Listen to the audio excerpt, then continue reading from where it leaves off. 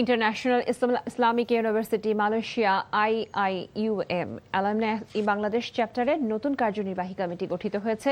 সন্ধ্যায় রাজধানীর রাওয়া ক্লাবে IIUM অ্যালামনাই বাংলাদেশ চ্যাপ্টারের বার্ষিক সাধারণ সভা ও সংবর্ধনা অনুষ্ঠিত হয়। প্রফেসর ডক্টর কাজী শাহাদাত কবিরের সভাপতিত্বে অনুষ্ঠানে প্রধান অতিথি ছিলেন শিক্ষামন্ত্রী ডক্টর আ.ন.ম এহসানুল হক মিলন। বিশেষ অতিথি ছিলেন বাংলাদেশে নিযুক্ত মালয়েশিয়ার হাই কমিশনার মোহাম্মদ সুহাদা ওসমান, বাংলাদেশে নিযুক্ত মালদ্বীপের হাই কমিশনার শিউনিন রশিদ।